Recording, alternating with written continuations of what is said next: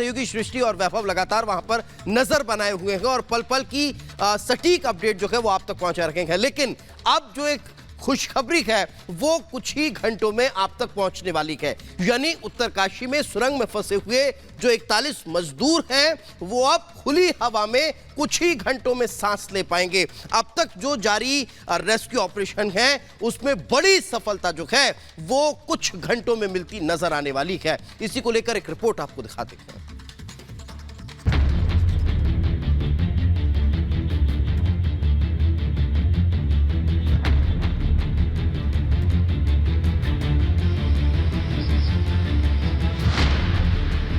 कि उनके लिए गर्म कपड़े जो है वो इकट्ठे किए गए हैं, क्योंकि वो नॉर्मल कपड़ों में अंदर थे। टनल के भीतर बेहद गर्मी है, क्योंकि एम्बुलेंस के जरिए उन सभी मजदूरों को यहाँ पर लाया जाएगा और यहाँ पर एक अलग से वार्ड जो है वो बनाया गया है, जिस वार्ड में उन सभी मजदूरों का इलाज होगा।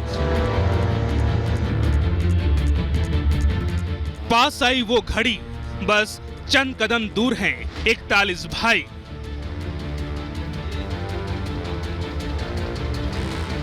महज कुछ वक्त का इंतजार है, फिर पहाड़ों में खुशियां छाने वाली है। खुली हवा में वो जवान फिर सांस लेने वाले हैं जो 250 घंटे से भी ज्यादा वक्त से उत्तरकाशी के उस सुरंग में फंसे हैं, जिसका घनघोर अंधेरा भी उनके हौसले को तोड़ नहीं पाया। कि उनके लिए गर्म कपड़े जो है वो इकट्ठे किए गए हैं, क्योंकि वो नॉर्मल कपड़ों में अंदर थे। टनल के भीतर बेहद गर्मी है और जब वो बाहर निकलेंगे तो बाहर बहुत ज्यादा ठंड है। चाहे सुबह के वक्त की बात करें या अभी के वक्त की बात करें, बहुत ज्यादा ठंड है। वो निकलेंगे तो उन्हें जो है पहले गर्म कपड़े पहनाए जाएंगे। सिलकियारा की निर्माणाधीन टनल में 12 दिनों से फंसे 41 मजदूरों को निकालने के लिए युद्ध स्तर पर काम और ड्रिलिंग के जरिए टनल में पहुंचाने का रास्ता और 41 भाइयों को बाहर लाने के लिए जद्दोजहद।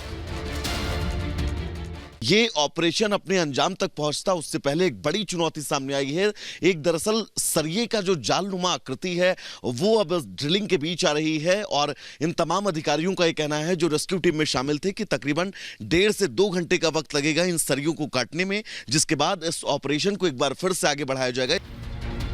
रेस्क्यू ऑपरेशन में कई मोर्चों पर जंग लड़नी पड़ी। पहाड़ी इलाके में लैंडस्लाइड बड़ी चुनौती, मिट्टी धंसने का खतरा। हालांकि वो वक्त आ चुका है जब सुरंग में फंसे भाई एक बार फिर से खुली हवा में सांस ले पाएंगे। 12वें दिन सूरज देखेंगे टनल में फंसे सभी लोग। देखिए, मुझे ऐसा लगता है कि भाई वेल्डिंग वुल्डिंग करने में, पाइप को पुश करने में, इसको गर्डर अपना स्टील को काटने में ज़्यादा से ज़्यादा मुझे लगता है कि सवेरे 8-1 बजे तक ये सारा ऑपरेशन कंप्लीट हो जाएगा।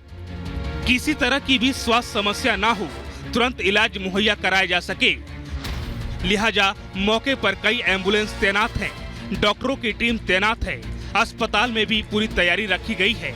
अस्पताल में बेड और इलाज की पूरी व्यवस्था की गई है।